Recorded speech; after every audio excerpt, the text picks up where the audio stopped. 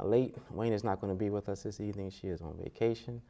I just want to thank everyone for coming on. We have a very informative show tonight. As usual, we have our funeral announcements.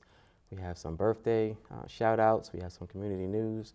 We have 2 interviews. Our first interview is going to be with a young lady named S. Renee Smith. She is an author, a motivator. She's just an all-around spectacular woman. So I'm going to let her just tell us her story, and she is joined with City Council President Theo Gregory. So I want to thank them both for coming, and welcome to the show. Thank you. Good to be here. We appreciate it. So tell us what's going on in your life. Wow, what's going on? Yeah. Well, there's a lot going on. First of all, I have to give thanks to Council President Mr. Gregory for the opportunity to be here, because a part of what's going on is the release of the national release, actually, of Self-Esteem for Dummies, a book that I've written, and his recognition of the importance of all people feeling good about who they are and what they do has prompted him to organize a book signing or to present, to present this book, and I'm really excited about that. And not only excited, but humbled, because when someone of his stature and his background really understands that when people don't feel good about who they are, we don't feel good about where they are, we have big problems. That's true. And so I'm excited that he is wise enough to have this event. Okay, when is the event? It's April the 16th. It's on a Thursday.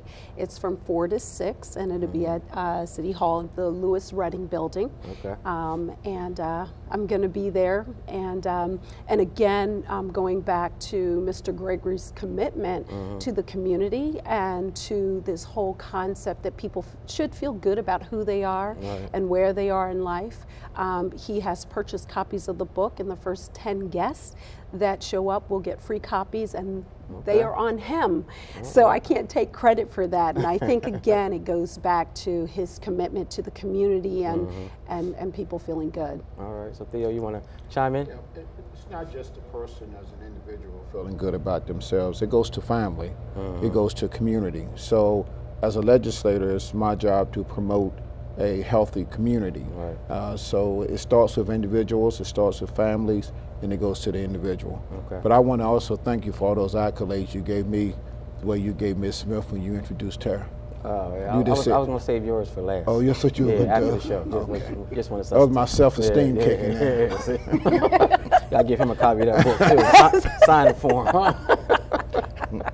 So how long have you been motivating people and writing and just being involved in people's lives? Well, if I can take a moment and bounce back and feed off of what Council President Mr. Gregory just talked about in terms of self-esteem starting with oneself, then going into the family, and then in the community. And a part of Self-Esteem for Dummies, a lot of times people are thinking that it focuses only on self-esteem, but and how it impacts yourself. But the book really does focus on community, how we interact with one another as far as relationships in the workplace and relationships within the family. So he makes a very valid point when he says it's not just about the individual, it's how we interact with one another and how we interact in the community. Now, the question about me and motivating. I've been doing this since 2005. So September of this year, it will be 10 years. All right. And I have been blessed enough to work with some of the biggest names in the world in this business, such as Chicken Soup for the Soul, Jack Canfield, and Les Brown. So really honored and blessed to be able to not only work with them, but more importantly, help people to really find their most authentic voice and to live it and to then share it with others so that they can make the impact that they were born to make in the world. Okay. So how did you get to where you are now? You said you've been doing it about 10 years. So what made you know that you could motivate people and you wanted to write books? And good question. Okay, so for everybody out there who is, you know, it doesn't matter where you are on the path, even young people. I started at 12 years old because I was teased and bullied at school.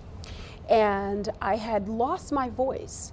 And as a result, I wanted to do something different. So I picked up my first book in self-development. And 2 years later, I was voted best personality, most popular, queen of the school, just that whole piece. And so I always say it started there, you know, and for people out there, we think, you know, you're in 6th grade, 5th grade, even younger. Oh, well, you know, where does it start? It doesn't start when you're 30. It starts when you're 5 and younger. And so I can really say that that's where it started for me. And I continued on that journey because I became a peer counselor. Again, that whole coaching piece. And so as young people or parents that are watching, as they think about, you know, well, how does a person get a national book deal? How does a person, you know, travel the country and internationally and do what I do? It starts here. And it starts with an understanding that you have a purpose and that there is a plan for your life, and nothing shows up in your life that will not serve you moving forward.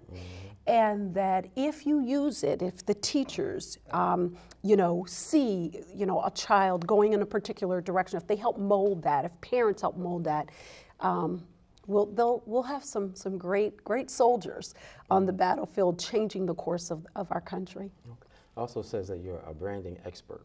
Yeah. Tell me about that. Okay, so I work with corporations as well as entrepreneurs on protecting their brand. So everyone has a brand, like you. You have a brand, and people know you for something. When a person meets you, they have a particular opinion about you. And something comes up, a word, how they describe you. I help people to understand how to define their brand currently, decide whether or not they need to shift their brand and the perception. I teach them how they can go about shifting it and change it so that they can walk in their passion. But here it is. A lot of people are moving their businesses, their lives forward, but they're not getting the results that they want, and it's because of their brand. So when you want to get results, it's not just what you think people want, how you want them to perceive you, but it's how they actually perceive you, and being very deliberate and intentional about creating that brand and that presentation so people say, I want what you have. You know, I want to do what you do, or I want your services. I want you to become the council president. So that's all about branding and being very, very deliberate about that. And you're also so you go to different engagements and speak? I do. I do. My next gig is for the state. I'll be in front of 400 psychologists and people who are in the state that are pillars in this state, that are on the front lines ensuring that those people who are suffering with mental illness, or our children in our schools that may be having challenges, that they are inspired to realize that the work they do counts. I have this great opportunity to travel and write books, but at the end of the day, it's the people who are on the front lines that really keep this state going, and they keep things moving forward. And so I'm excited to be speaking at their conference, and then the next trip will be, I'll be in Alabama and doing a complete tour in Alabama, Tennessee, Atlanta, in that area, that for the next 3 or 4 weeks I'll be out of the state. But good journey. It's a blessed journey. I'm sure it is. So your book title, Self-Esteem for Dummies. Yes. How did you tap into that? I always thought that that name belonged to one person. I never thought about, I never knew that someone else could use that title, if that makes sense. Yeah, well, you know what's interesting? Everyone thinks that somehow I came up with this. I actually wrote for Wiley. This is Wiley's book. Okay. This is Wiley's. Wiley actually paid me. They said, "Would okay. you be willing to write? You are a national person, national personality. You have the value proposition. You have the intellectual property that we're looking for, and everyone out there has some intellectual property, something that they know that everybody else needs to know that they know." Well, Wiley understood that I understood self-esteem and how to build self-esteem in people. And so I received the call, did my research to figure out whether or not I should take a detour for a little bit off the journey, the path that I was on in terms of speaking. And I sat down, disciplined myself, and became a contributor to this book. You asked a good question also in that it's for dummies. And I got pushback when I said I was going to do this. They said, it's an oxymoron. You're talking about self-esteem for dummies. I said, no, For Dummies is a national publication. So that's the name of the publication. So we had to explain that to folks. And it's interesting because probably every person has heard of the For Dummies series. This is a part of that. And he's exactly right. I'm glad that you brought that out. It is the world's best-selling brand book, reference brand book in the world. And so, yes, you are exactly right. Thank you. I had to explain that to quite a few people. Yeah, I'm glad you said that. But a lot of people do think that I came up with it, and I didn't. I was paid to contribute to this book. I want to ask you a question. Sure. This is kind of goofy, but let's say that you've established a brand and everyone's going great, you know, everybody loves the brand and everybody wants that. And then somebody comes along and rebrands you with a negative identification. Sure. When I was sitting here, I was thinking about Theo, and he had a great brand. It was selling, and yet he was rebranded in a negative identification, which didn't work. But the people who rebranded him was able to get away with that. Okay, so it sounds like, I don't know if they rebranded him as much as they tried to destroy the brand that existed, right? So no one really has the power. What it sounds like is that, and I don't know the situation, is that you have a brand in the marketplace, and then you have people that, people call haters, right? Who attempt to destroy the brand by chatting and talking and attempting to change the image or perception that people have for whatever their reasons. So absolutely that happens, but it's only you as the individual that can destroy your own brand. They can only try to destroy your reputation, and that's a little bit different than branding. Branding, reputation is a part of branding, but branding is actually what people think about when they interact with you, when they hear your name, and what they expect to get from you based on the consistent message that you have sent to other people. What you're talking about, or what it sounds like you're talking about, is when someone comes in and they try to create another message, but no one can create another message for you but you in the branding process. Now, what would have to happen in that situation is that we're using you as an example, I hope you don't mind. Sorry. Wait, that's Mr. Congo, that's his father. Yes, I actually, you probably don't remember this, but you were honored 100 Black women. I was a speaker on the panel, and you were honored along with Bill Allen. Yes. And that's where I first met you and had some interaction with you. That was actually, they were supposed to be honoring me, but I was sick, so we just stood in that place. See, that was a lawyer coming out of me. You see how I redirected that conversation away from me? Absolutely, absolutely. But go ahead, I'm sorry. So what would happen in a situation where someone is attempting to destroy your reputation is that you have to evaluate your brand and go back and increase, because your voice has to be louder than the voice of the other person. So whether it's through commercials, whether it's through having, rallying your troops, the people who respect you, love you, will endorse you, getting more endorsements. If it's an issue of, email, social media, what you do is you go real strong, real real hard in not necessarily dealing with what somebody else is saying, but what is your message? Stay focused on that message, be consistent, and the majority of people are going to follow truth. Okay. Did I start preaching? Should I get an amen to that? I almost sound like I started preaching. There's a little bit of preaching in there. That was good. Just one more thing before we have to go to break. I know you probably mainly talk to adults, but are any of your speaking engagements around children, especially around self-esteem, or are you willing to do that? Absolutely, absolutely. Okay. I have done.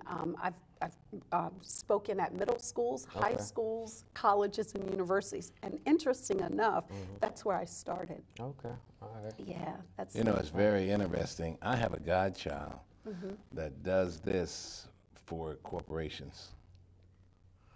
The self-esteem or the branding? The branding part, branding, yes, yeah. changing the brand or upgrading the brand or shifting it to a different focus. Yeah. That's what Kiana does.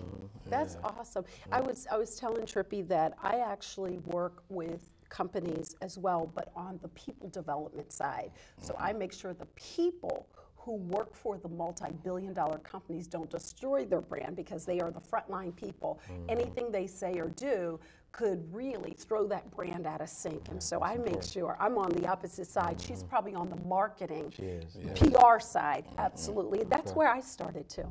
Okay. So once again, tell us where you're going to be on this week. I am excited. This week or the 16th? Yeah, the 16th. The 16th. I am going to be at the Lewis L. Redding building. Okay. And again, I am humbled and honored that you have provided this opportunity for me. City Council President Theo Gregory, and I will be there from 4 to 6. And again, he is providing 10 free copies to the first 10 guests that arrive. Okay. And I'm going to be excited to meet and greet folks and just find out what's in their heart. Okay. All right. That's the evening of a city council meeting, so we'll go from 4 to 6 and go right into city council. Okay. We have your information on the screen so people are able to contact you. How much are your books? The books are $19.95. Okay. All right. You want to give away some? You just want to come out here and take up space. I follow your lead. So. Okay. Theo's giving away 10, so how many are you going to give away? 11? He's 11? he's so far ahead of us. His 10 should be one from us. Lawyer money is better than under. Oh my goodness, is it? Can we match him then? Yeah, we'll give away 10 books also. No, we better give away 11. Let's give away 11. Yeah, let's give away 11. Well, you going up to Annie? Actually, I bought 60. I didn't tell about the other 50. Where's the Bible? Where's the Bible? I got to get a Bible. No, I was going to say, it is that's the truth. No. It is the truth. He did. He purchased 60. But what I'm doing, though, I'm giving them out to kids in the community Okay, and that's asking good. them to come and meet Ashford Nate Smith and get them at the book signing. They can't get it unless they come to the book signing. That's good. Okay? That's good. So you got role modeling, they'll be there, they get to be in city council. So it's a whole package of why I did reason I did You this. win. You win. You win. We're going to give away 10 books also. We're going to give, they can call that number, the 888 number that's on the screen? They absolutely can. Okay. And what's really key is that I'm going to be there. So they can call there, and I believe that Council President Gregory has his own social media folks that do what they do.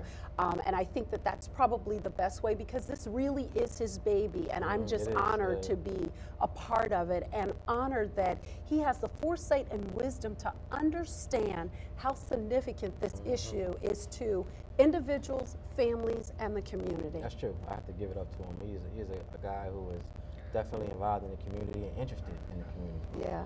Especially the younger children. Yeah. You know, he takes a liking to them and pretty much everybody. He's really involved. Yeah. And I appreciate what he does. Yeah. He's over there smirking. But, No, I'm not what I appear to be. I'm not often what I appear to be, but I'm fine. Yeah, I think people do kind of see him as a different person sometimes, but he's a good-hearted person. Yeah. And he's a guy who's really interested in the city. So. And that is the key. Sometimes I think that, and this goes back to branding, is people don't always understand what drives a person, what wakes them up in the morning. That's and true. if you need some help, we can help you out.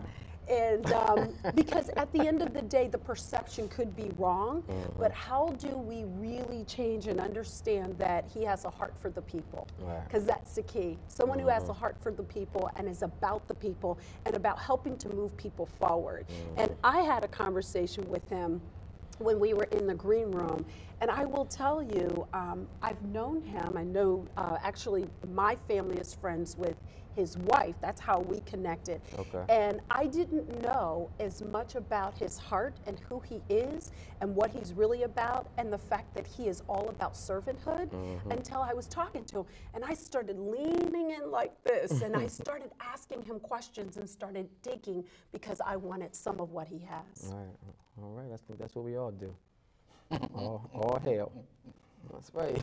All right, well, we want to thank you both for coming, and we'll see you next Thursday, 4 to 6. All right, Theo, you want to have any No, I'm just glad to be here. I'm glad to be able to I'm blessed to be in a position to do what I do. And when I saw that S. Renee Smith had written a book, Self-Esteem for Dummies, I said, let me get her into Wilmington because Wilmington could use this book.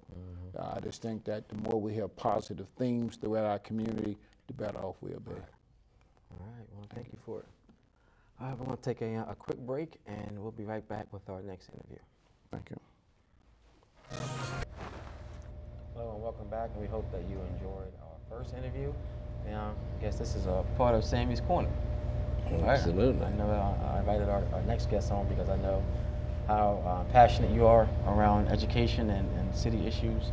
So I wanted them to come on in this part of the show just to talk about what's going on in their lives. And we're fortunate enough to have City Council City Council President Theo Gregory here to just to join in on the conversation. And I guess as you have probably been reading that and hearing about for the past several months, just the state of education in our city and in our state. And Governor Markell appointed a committee a few months ago to address some of the issues that our schools and our children and our families, I guess that our communities are dealing with. And we have two young ladies who are here who are part of the committee, and they're going to talk about their findings and where we go from here. And Theo has been very involved in education from not only personally, but as far as City Council. So I'm glad that the young ladies invited him to stay because he's definitely going to have some great things to say. So I just wanted you to be here also because I know how you feel about education and the state's role and family's role and everybody's role. So I'm not going to take up too much more time. I'm going to let them introduce themselves and we'll just have an informal conversation about where we are. Sounds great. All right. My name's Tizzy Lockman, Elizabeth, and I became involved with the Wilmington Education Advisory Committee as a parent. I have a sixth grader now who went all the way through elementary in a local public school, and I ran the PTA there for a few years, so that was kind of where I was coming in with education. And I'm studying actually public policy as well, really inspired by my time in the city schools, so that's me. Hi, I'm Adriana Bohm, and I am a member of the Wilmington Education Committee as well. And I have a son who is in sixth grade, and Tizzy and I, our children went to school together. That's how we met. And I have a daughter in third grade, and both of my kids went to Highlands Elementary School, which is now a priority school. And I was raised in Wilmington. Of course, Theo Gregory, City Council President, and I have 6 grown children. All of them came through the public school system, both regular public and VOTAC. Okay. All right. So either one of you ladies can chime in, but tell me, I guess, why the committee was formed.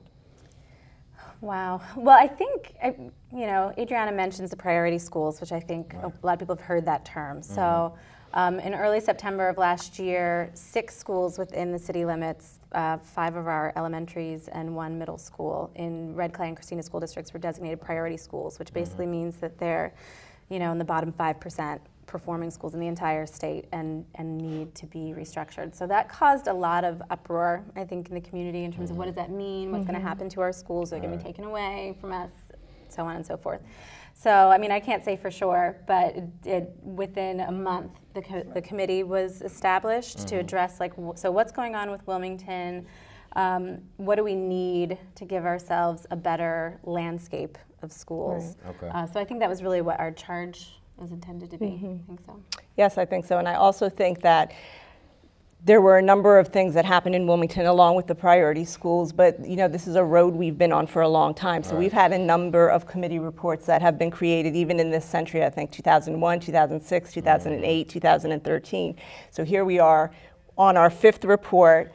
80% of the reports have said the same thing about the things that our children need in the city of Wilmington. I mean, they've been identified, the research has indicated we need to do, and yet here we are in 2015 faced with many of the same problems that we've been talking about for a long time. So now we're sort of at this critical juncture where we need to do something. And based on what you just said about how we kind of been on this road for the last however many years, and committee after committee has given recommendations, and it's always has fallen on, in my opinion, has always fallen on deaf ears as far as the state is involved. Right.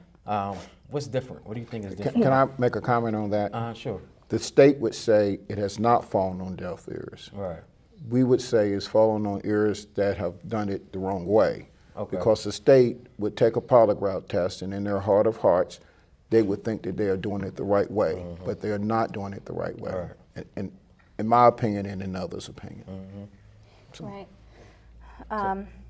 Yeah, I mean, I think what's different, what's exciting, because I was definitely skeptical, I'd be honest, when I first joined the committee about whether or not, we were going to be able to achieve something differently. Right. So I think what was really cool was that they did try to bring together a group of different types of stakeholders than you might usually see in such a committee. And we also understood that there had been many reports that preceded us, and we weren't necessarily trying to reinvent the wheel. Right. We were trying to see what had changed since those reports first came out, what still would be workable, and why hadn't it happened, and try to really hit the ground running and implement all these things that hadn't been implemented. And I think, Tony Allen's an amazing leader, and he did a fantastic job from the get-go in terms of reaching out to not just the stakeholders who made up our committee, but all kinds of decision makers beyond our committee. And he knew that each of us sort of came with our own network to do that.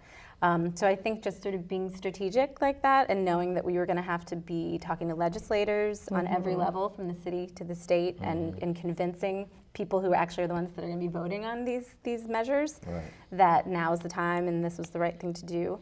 So I feel optimistic. I mean, we haven't done it yet. We're just at the tip of the iceberg, but. And I would say maybe things aren't that necessarily different, but what I think about when I think in terms of like civil rights and trying to move forward with our children is that it's not a linear process, right? It's a continuation. So this committee working on this report, we wouldn't have been here except for all the other committees that were generated. And now we're at a place where we can say, look, we've done this. This is our 5th time doing it. And you have the energy and you have the passion, and then you have all of our uncles and aunts and parents and grandparents who are there with us saying, yes, we have talked about this. We have got to act. Like Tony always says, now is the time for action. We have to act. So I think it's a process, and we're just at another step in that process. What were some of the major findings from the committee? Well, our major recommendations fell into 4 areas. So we were looking into governance, what needs to change in governance, what needs to change in the schools in terms of meeting the unique needs that are for most Wilmington students, so especially our high poverty, Black and brown children in our schools. And thirdly was funding student success, and lastly is the implementation piece. So each of those have a couple recommendations that falls underneath. In terms of governance, we recommended that the school districts be consolidated, that we remove Colonial and Christina, that they would, the students would be better served being sort of under one metropolitan school, one or two metropolitan school governance umbrellas, and also that our how come? Sure. Well, I think the feeling as parents, we've done the PTA thing. Adriana's a school board member as well. She didn't announce that, but is that each governance unit, and you have to remember also that each charter school is a district too. It represents a layer of government that parents have to work with in order to make sure that schools are functioning the way that they should. So if you think about just the kids of the city and the parents of the city being divided among all these different governance units to try to make change, it really is difficult to make significant changes when you can't unite that parent voice. They really, I would say, like at a board meeting, if you have one parent speak up about something, okay, whatever. 5 makes a bit more of a splash. 50, then you're talking and you can make change. And that's really hard to get 50 parents out to one school board meeting when you have 19 school board meetings. Okay, I understand. And you have lots of streets where you have families and everyone's going to a different school. I mean, so it makes it very difficult to become active. And then even if you have one person in one district saying fighting for smaller class sizes, and there's someone else in another district doing that, there's no coordinated effort or infrastructure to share that information. So it makes organizing, I think, at a grassroots level very difficult. Right. You know, there's a division, it's divide and conquer, right? Okay. Because And that's where all the great change comes from, Yes. in my opinion. It comes from the ground from the up. bottom, yes, yeah. Theo, did you want to? I'm fine. I'm gonna listening. Okay. Right. All right. Well, and the next piece, and I'll let you take the next category, but was to that for charters, which also are each the individual governing units, to form sort of a consortium to help them be a little bit more consolidated. And also, right now, how is it? right now, every school's pretty much an island. I mean, I Okay. think there's some collaboration that happens. I know within Red Clay we have a couple of charters, and there's collaboration I've seen happening among our schools, including our charters. But charters outside of that system, there's not necessarily any obligation or encouragement to collaborate. And that's really what a lot of this consolidation and the consortium is about, encouraging collaboration. Neither of us are charter experts. People speak better to that. But, so, to encourage more collaboration among charters, but also between the traditional districts and the charters, because instead of it being quite as competitive as it's become, make it more about, like, these are all our kids, and we need to make sure all our kids are being served, whatever kind of school they're in. Okay. You have to have a strategic plan with charters. Yeah, Now that's they part are of it. put in the city just kind of willy-nilly, I'll say, but there's no plan. So there needs to be a strategic plan. When you open up a public school, there's a lot of vetting that take place in terms of whether that community needs the school, whether or not that particular geographic area is suitable for the school, and it doesn't happen in charter. So all those kinds of things need to be thought through before we just keep plopping charters down in the city of Wilmington. Okay. It's like, if I have a McDonald's, I put a McDonald's on one corner, no business, McDonald's corporate would not come and let me put another McDonald's on 4 blocks away. They just don't do that, but we do that with charters, and they tend to feed off of one another and they hurt one another. So we really, and if they hurt one another, they hurt our kids. Right. So we need to fix that. And by doing this, some of that will be fixed. Okay. That theory probably works in some deals, but there's a theory that a dealership can be built on side of another car dealership, and the whole row be car dealerships, Yes. and they believe that it enhances instead of taking away. If they're selling different kinds of cars, they have a different product, but oftentimes they have the same product and they're going after the exact same market with the Okay, same I hear product. what you're saying, yeah. Okay?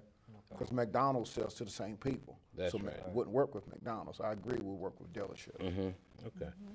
There's one other piece with the governance, and that's creating the Office of Education and Public Right. Policy.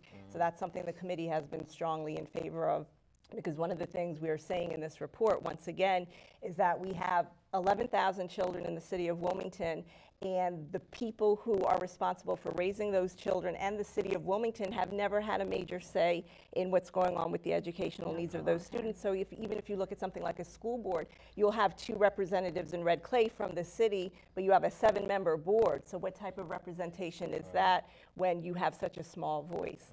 And then the next section would be meeting the needs of Wilmington students. I mean, I think there's a lot of tangents we can go off there and look at, but one of the things we were looking at was working with, nonprofits in the neighborhood to get certain resources into the schools that our children need, like health care, like, something with food pantries, things like that our students really need to have access to. And then I think another component of that, and it sort of goes with the weighted funding formula, would be having social workers in the schools, right? Having mental health professionals in the schools. One of the things we found is that Delaware students have a really high rate of trauma incidents which affect their lives, or it's actually really high. So how does having those traumas impact a student's ability to learn when they're in the classroom, and how do we get that student help? I think another thing that we can definitely talk about, and my son said I said a lot last time, so I'm going to work on that. But another thing that we really need to talk about, I think, is what are our students being taught? Are our students children of color, be they Black or Latino or mixed, low income?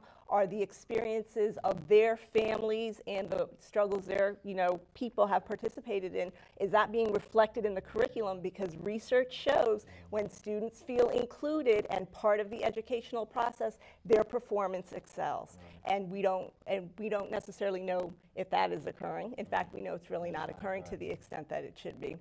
And the other things you can think about with student needs, if you look at suspension rates and detention rates all across various districts, Black and Latino kids, poor kids, and students with disabilities. We're kicking our kids out of school at a much higher rate than other students. So those are the needs that we really need to address and meet and talk about, right? I wish we had more time. The interview's not over yet. We kind of have to start wrapping up. Oh, really? So I know. We have two more sections. We have 2 more sections we haven't talked about yet. Let's go. Okay, quickly. We've got funding student success, which is about creating a weighted student funding system. So whether that means using our current unit count and making sure that schools that have a high level of poverty and children who come from those sorts of backgrounds are funded to a higher degree to make sure their needs can be met, so that happens. And that's a huge piece that we hear a lot of concerns about that. Isn't that something the state has always kind of not wanted to do? Well, I can't really speak to that one, but that's a big push where we're really going to need a lot of community support. If the community want to see our schools able to succeed. You can't say that the state never want to do it. It hasn't even gotten enough traction to get to a point where it was debated or discussed. So it'll be debated and discussed at this point in time. But the federal government does give money that is supposed to take care of a need for special kids, Title I and some other areas, but it's never really gained traction to where it was debated, so hopefully at least it'll be debated this time. Right. Okay. Hey, Tripp, let's do this. Oh. All right. Because it is important that there are some other things that has to be announced tonight. Okay. But I will give up Sammy's Corner next week to have you back. Oh, wow. And then we will have them a half hour instead of a few minutes to do this, because it's unfair for announcements that aren't made if we go over. All right. So would you all mind doing that? Double check our schedule, but Yeah. Okay. All right. Sounds good. Theo was on the first interview and he just kept talking. Oh, is that what it was? And he ran over, so it was his fault. So blame him. Okay, I'm good with that. I'm good. All right. Well, yeah, if you're able to come, Yeah. or if anyone, if you two Are you able to come back, Theo? Have We'll them. try to make I it just work. happen to be Okay. here. And our I email mean, is you've up, had so some great experience. with Yeah. this. I'll come by. Okay. we can talk about this every week for Okay. sure. All right. I think it's that important that we need to. Yeah. Let me say this though. Okay. I can't. You got to go. Go ahead. On May 16th at the Doubletree, there's going to be a conference. There is a Professor Powell coming in from Los Angeles. She's going to talk about the challenges of educating urban boys, people of color, and boys of color. And then there's going to be a panel discussion, some notable people on the panel discussion talking about trends in urban education, particularly the city of Wilmington. Okay. So on that day, and it's free, from about 9 to 1 o'clock, a lot of what's in this committee report will be presented at that time. Okay. May 16th, Doubletree. People can email us anytime and also find us on our Facebook page, Solutions for Wilmington Okay. Schools. Solutions for Wilmington School. The panel is Ray, Jay. No, wait, Jay can't be there. Ray Avery Jones is going to moderate, Okay. and we have some good people on that panel. And last thing, what can people do to be a part of the movement?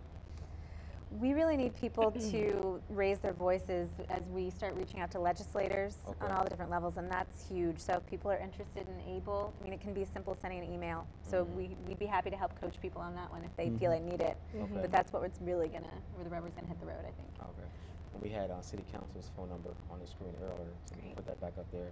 Awesome. So they can reach us and we can kind of put them in your direction. Yes, please. Okay? All right. All right, thank you so much, and we'll Thank see you you. next week. Yep. I'll be here. Thank you. All right, thank you. We're going to take a quick break, and we'll be right back. Thank you.